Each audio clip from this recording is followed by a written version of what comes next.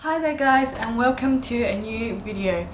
In today's video I wanted to talk about what I learned being an au pair in China. And then later I will make a video going into depth, kind of the details and the differences between being an au pair in China compared to being an au pair in Australia, and kind of the differences and what's involved in being an au pair in China compared to being an au pair in Australia.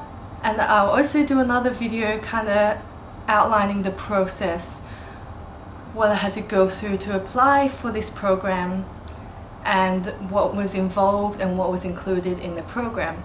So I wrote an article a few weeks ago kind of talking about my experience as an au pair in China and what I learned. So I'm just going to go through the article right now and just read kind of through that.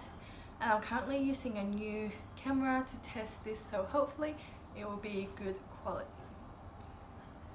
So I wrote this article and it was published on Sunday the 28th of July, and it's entitled What I Have Learned as an Au Pair by Emma. Hello everyone, my name is Emma from Australia. Recently I completed a 6-month cultural exchange program through Love Au Pair. During the 6 months I stayed with 2 families, one in Hangzhou and one in Shenzhen.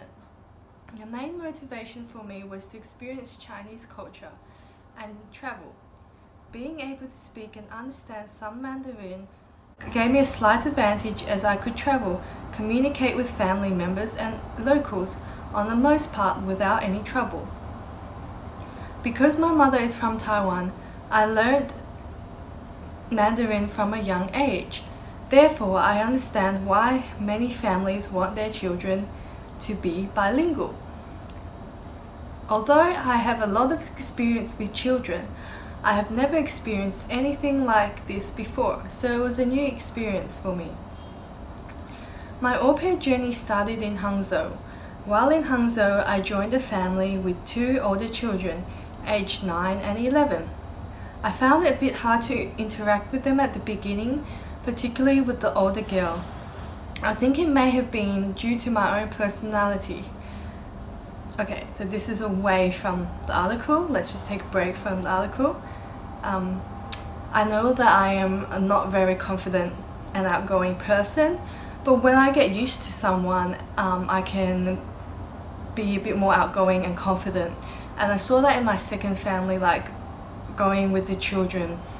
I was able to joke around with them, talk with them, interact with them a lot easier.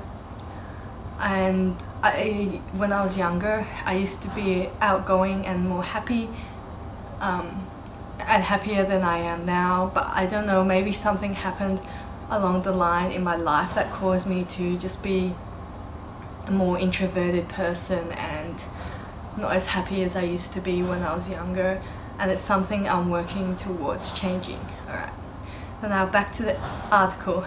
I admit I am a bit of an introverted person and take a while to get comfortable around someone, but it could have been due to her age, and I'm more experienced around younger children. At the beginning I mainly focused on the younger boy because he was a bit more cooperative. Hangman, our favourite game.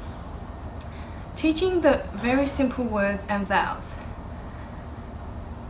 I planned a list of activities for us to do together on a weekly basis that will help them to improve their English. Although not all of them were completed, when we did do them, it was great fun, and we particularly enjoyed Hangman, which is a great new way to learn new words and about vowels. A, E, I, O, U. I do have a short video that's published on Love Au Pair Facebook page about me doing the Hangman with my host kid. Now, due to privacy and legal issues, of course I can't post any videos on here of the children without permission from the family. So if you do want to see some videos and photos of my host kids, feel free to check out Love Au Pair Facebook page, and also I'll have a link to my article that I wrote in the description box below so you guys can check it out. As the time with my first family was coming to an end, I was able to have some conversations with the older host kid, and she was becoming a bit more accepting and cooperative. I was also getting more familiar with the children as well. The next 3 months in Shenzhen. For the next 3 months, I joined a family in Shenzhen. They had 2 younger children aged 4 and 5, who attended kindergarten from approximately 8 a.m. to 5 p.m. weekdays. The children's English level was very beginner when I first arrived.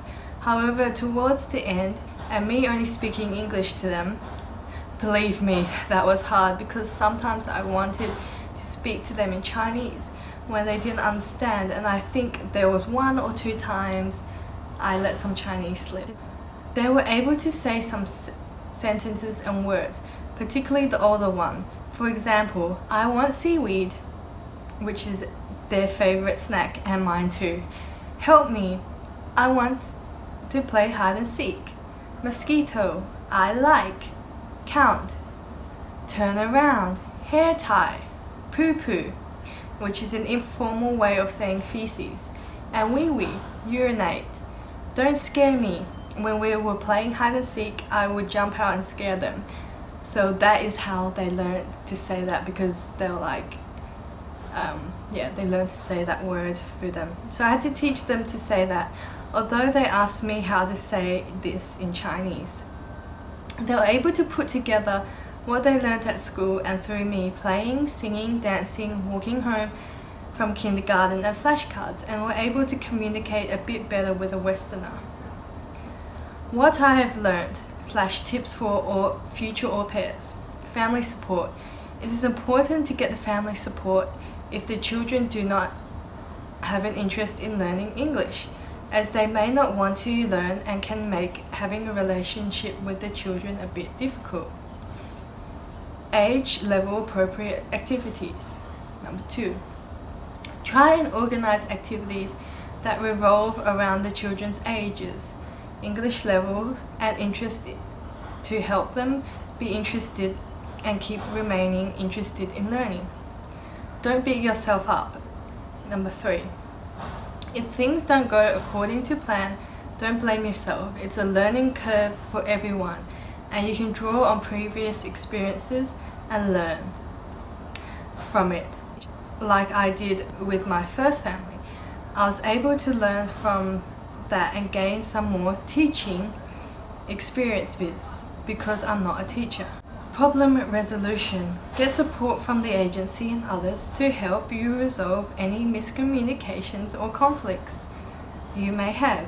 And if it cannot be resolved, don't worry and don't be afraid to go into rematch. It may just be that the host family is not right for you and you can find another one more suitable for you.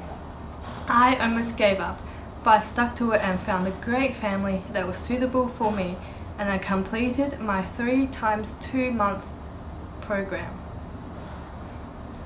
Rewarding experience even for introverts. Finally, I leave you with this. If you are considering on going to China and living with a real Chinese family, then give it a go.